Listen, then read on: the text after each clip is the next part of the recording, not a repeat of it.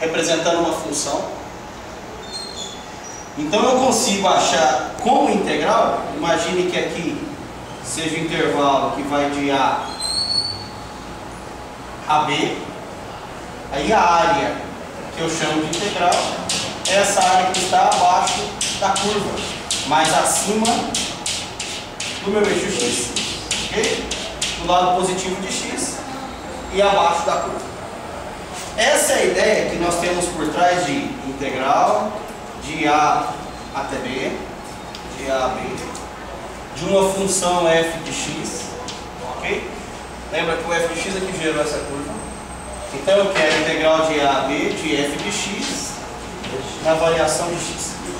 Então o conceito de integral está bem preso a essa área. Porém, outras formas nós teríamos como calcular a área. Talvez não tão precisa, com certeza não tão precisa, mas existem possibilidades. Por exemplo, imagine que aqui eu chamo de 1, 2, 3, assim normal, 4, 5, 6, 7, 8 e 9. Não necessariamente o número 1, 2 até o 9. Aí você pensa como índice. Primeiro, segundo, terceiro, quarto, quinto, sexto até o nono índice. Tá certo? Diferente para determinar x. E aí, vou pensar assim. Em retângulos que eu vou formar. Quer dizer, minha precisão muito pequena. Essa área que nós estamos querendo pensar em construir aqui, ela é maior ou é menor que a área estabelecida pela integral? Menor. Mas o que eu estou querendo fazer aqui, que eu espero que vocês tenham visto, é uma sequência onde essa área aqui, você concorda que isso aqui é 1, esse valor aqui vale quanto? F de 1. Nós sabemos quem que é mesmo. Esse valor aqui, F de 2. Tá, se eu considero que entre esses dois aqui tem exatamente uma unidade, a área estabelecida para esse retângulo, o retângulo de número 1, a área 1, ela vai ser quanto? Se eu considerar que aqui é uma unidade, tá? É o F de 1. Tá claro isso para vocês? Aqui seria uma área do segundo, a mesma coisa, vai dar F de 2. Porque a altura vai ser estabelecida sempre pelo enésimo termo que eu estou trabalhando. Ok? E quando eu penso em enésimo, é porque eu quero pensar isso aqui como somatória. Uma somatória variando. Aí cuidado com esse negócio aqui que eu vou escrever. Eu vou escrever, mas para nós o sentido não é tão prático assim. De x de 1 até 9. Por quê? Porque eu estabeleci de 1 a 9. Se fosse o normal, seria de 1 a n. Ok? De 1 f de x qualquer, aí sem dx. Ok? Só que daí esse f de x para mim não é gerado por essa função. O f de x é a somatória de quem? Das áreas estabelecidas. Então eu vou pensar ela em ax, né? Não f de x, mas ax. Onde o ax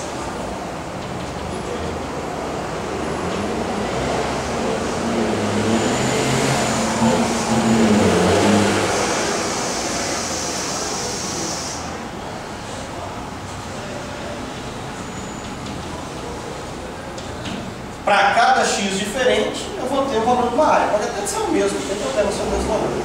Mas para cada ponto desse que eu estabelecer, eu vou ter uma área bem estabelecida. A somatória dela tem uma relação com a integral, que seria de 1 a 9 de f de x dx. Essa somatória vai dar exatamente igual? Não vai dar. Maior ou menor? Menor. Nesse caso, sempre menor? Nesse caso, onde eu considerei todos os retângulos formados abaixo da curva. A gente fala que é pelo limite inferior. Então essa área aqui sempre será menor que a integral. Então se eu calcular a integral, a somatória de área eu sei que é menor. Mas o problema é que se eu calculo a integral de um número até outro, do índice até outro, em cima de uma função, eu vou ter um número que vai representar a minha área. Então eu consigo falar que a minha sequência, se caso for menor que esse número, ela é convergente. Ó, se liga no que eu falei, vou repetir, porque o trem não é tão simples assim. Vocês estão estudando comigo uma parte que envolve somatória, que é a sequência, correto? Eu disse para vocês que se ela for limitada superiormente, está escrito, né, nessas observações que nós passamos aí para vocês, vou falar alguma coisa agora também. Se ela tiver um limite superior, é porque dali ela não passa. O próprio nome diz, é o limite superior dela. De repente nem chega nela, mas é um limite superior. Tá, se eu consigo provar que a somatória dos itens não ultrapassa aquele número, então ele é limitado superiormente. E se ele é limitado superiormente, ela é convergente.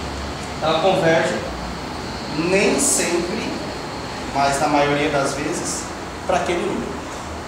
Aí eu tenho dificuldade, às vezes, de enxergar uma somatória. O resultado da somatória é difícil. Não é dificuldade de não saber, não. É dificuldade de pegar a expressão e não conseguir achar qual é o valor que ela está chegando. É isso que vai acontecer. Em muitas, vamos dizer assim, que num universo de 100% das somatórias, 80% vai ter essa dificuldade. E volto a dizer, não é dificuldade por falta de estudo, não. É dificuldade de encontrar mesmo. Você vai ter que partir para situações diferentes, metodologias diferentes para encontrar. Não é essa. Eu posso até não achar, mas isso aqui eu sei fazer. Se eu garanto que essa área é sempre menor, então ela é convergente, porque ela não vai passar daquele número. Agora eu não posso afirmar que é convergente para aquele número.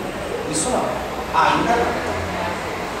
Está mais ou menos clara a ideia de integral, onde ela vai encaixar dentro de sequência? Mas a primeira coisa que, antes do encaixe de sequência, é enxergar isso aqui. Que essa somatória das áreas estabelecidas vai ser sempre menor que a integral estabelecida para a área inteira. A não ser que aí pega o limite superior.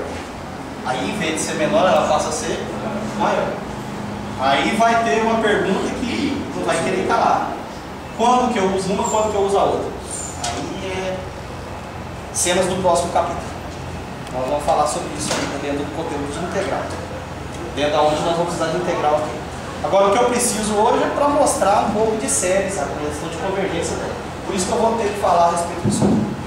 Mas antes de chegar então a entrar em sequência, 100% da turma entendeu essa ideia. Tá bom. Se eu chegar e aplicar uma integral agora, é possível de entendimento porque nós estamos atrás dela. Nós estamos atrás de um limitante superior. Bom, então beleza.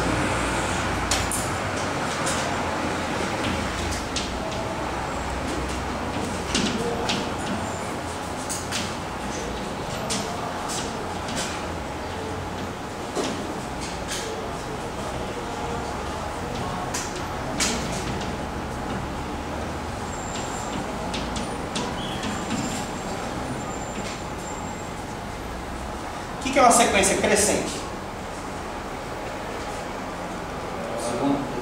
Não vai com aquela palavrinha do primeiro ano, é aquela que cresce. Se os índices crescem, a imagem também vai crescer. É isso. Sempre, né? Independente do índice. O que nós vamos falar agora é para a sequência crescente, tá? Então a primeira restrição para que esse teorema seja válido é que a minha sequência seja crescente. Então, para mim usar ele, qual que é o meu primeiro passo? Eu dei uma sequência, quero usar esse teorema. O primeiro passo é garantir que ela é crescente. Então, tá bom. Oi? Quando o termo é maior que É, se o índice estiver aumentando, né? Porque o meu medo é aquela, do A1 para o A2, ela cresce. Tá, mas aí do 1 para o 2 ela cresce, do A1 para o A2 ela diminui. Imagina que isso acontece. Então ela é decrescente. Do 1 para o 2 eu sei que está crescendo. O número 1 está crescendo para o número 2. Isso aí, ensinaram para você no início, nunca mentiram, não é verdade. Se você sai do 1 para o 2, você cresceu. Se na sua conta tiver R$2 em vez de 1, você está mais rico que eu. O que não é difícil também. Agora, o A1 para o A2 decrescer é algo do tipo, imagine a N igual a 1 sobre N, que aí quebrou a gente. Ok? Onde o N valendo 1, então o termo vale 1. Só que se o N vale 2, o termo vale meio. Cresceu o índice, mas a imagem gerada diminuiu. Então ela é decrescente. Tá certo? Beleza. Só para relembrar isso.